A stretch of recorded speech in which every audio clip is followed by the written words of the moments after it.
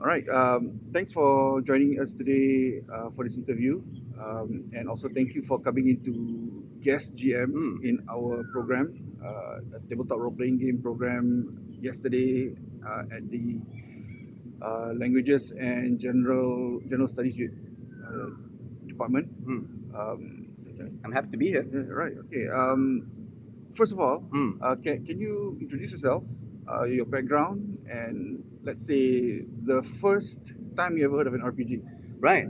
So my name is Ahmad Daniel bin Egafa. My friends call me Daniel. I'm 28 years old. I studied in University of Nottingham in Texel, and right now I'm working as a private tutor. So the first time I heard about an RPG was in university during my second year at uni. It was during a gaming society event where they invited just students to come in and play. They imagine the room. There will be like 5 to 6 tables, each with its own game master, and there's enough seats for 3 students to come in. I invited 3 of my friends. We each paid around 20 ringgit. We get a free dice set and then a free around 3 hour session to play with the GM. But it's nice. We should do something like that here as well at some point. In UniMAP, Yeah. if UniMAP wants to encourage more English learners and English speakers throughout the game, yes, of Right. course. So that's the first time I've heard of an RPG. Yeah. So, on that note, what was the first game that you've ever played? Ever played ever? Ever. It's Dungeons and Dragons Fifth Right. Edition. That's usually what most of the people's first games It's the most are popular these one, days, but there's right? more than Yeah. just Yeah. Of Dungeons and course. Dragons Yeah. out there. So how long after that? After how long after the first time you played did you first run a game, and what made you Mm. decide to run a game So to after be a the GM? gaming society event, I was hooked. I really liked how my friends and I were able to just play, have fun, but also feel like, hey, we became a team, or we collaborated for that 3 hours together. I wanted to find such a game again. So me and my best friend Nefisa, we drove to from Semenyih all the way to PJ. There was this little gaming shop called 36 Degrees, and they have a GM that runs a game called Forbidden Lands once a week. So I think we paid, we rented the room, paid the GM, David, and we played. That was 2018 up until the pandemic. So when the pandemic happened, obviously we stopped playing physically. Right. Yeah. We transferred a bit online, and then I decided to, hey, maybe I can GM. I've played enough games. I know the rules. I know what it's like to have fun as a player. Why not is it transferable to a GM? Yes, it is. At least for me. Okay. So how did you make the connection between playing and running Mm. RPGs and teaching and learning, especially with your TESOL background? Right, right. So during online classes, we had this module called Teaching for Creativity, and we had to design a lesson plan that encourages creative teaching. So the Ah, teachers need to be creative themselves, while how we have to understand the concept of creativity, translate it into a lesson plan, and when we assess, are the students more creative than before? right. So my lecturer told me that tabletop role playing games really come very close to what creativity is all about. It's about imagination, it's about collaboration, and using what you have. I absolutely agree with you. Okay, I've seen you in action. I've seen you Yesterday, GM yesterday. Uh, I'm very. I would like to know what sort of preparations and what sort of guidelines that you follow mm, to prepare for like a session like yesterday. right. So if you notice, we need to know that there's a variety types of learning styles of learners, perhaps. Faisal yesterday he mentioned he was a visual learner, so he needs to see visually.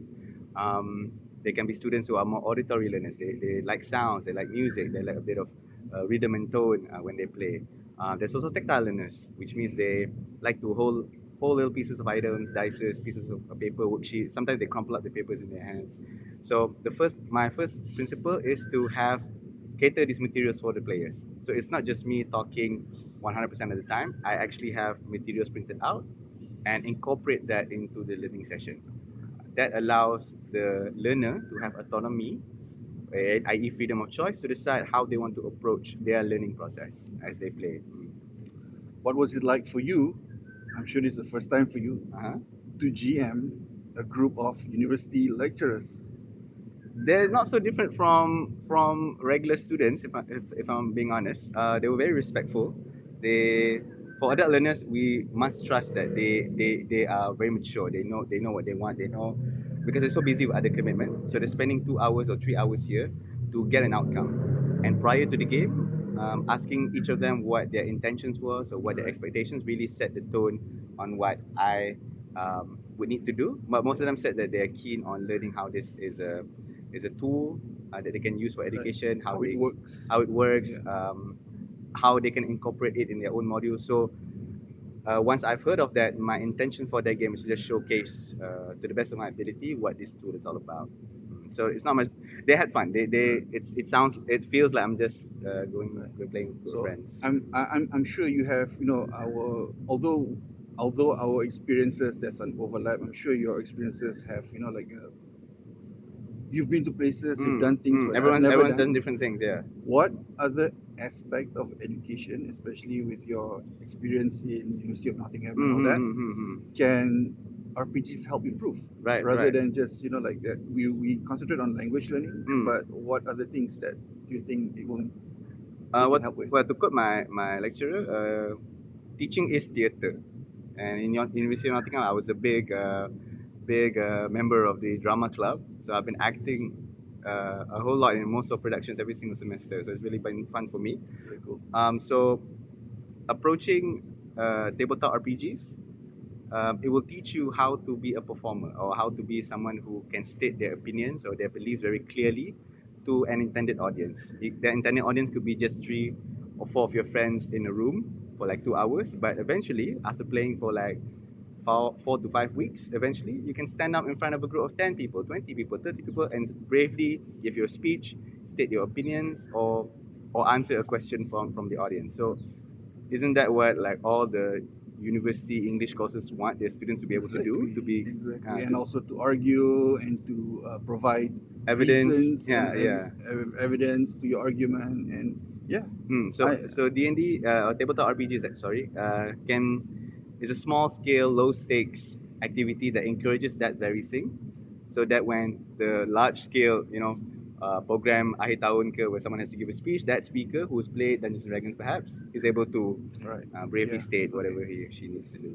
Okay, one final question. Hmm. What do you hope for, in the future? What are your plans, uh, on a personal level? On a personal level, I would like to just dedicate maybe a worksheet or a small booklet on the standards, good standards for running an educational session of tabletop role-playing games. Its side would include general teaching principles, general GMing principles, expectation for players that can be included or incorporated with any standard game book or game module out there. Should a teacher be able to read this little booklet of mine, then they are able to at least understand what GMing is about, practice on their own, and eventually become their own game master themselves.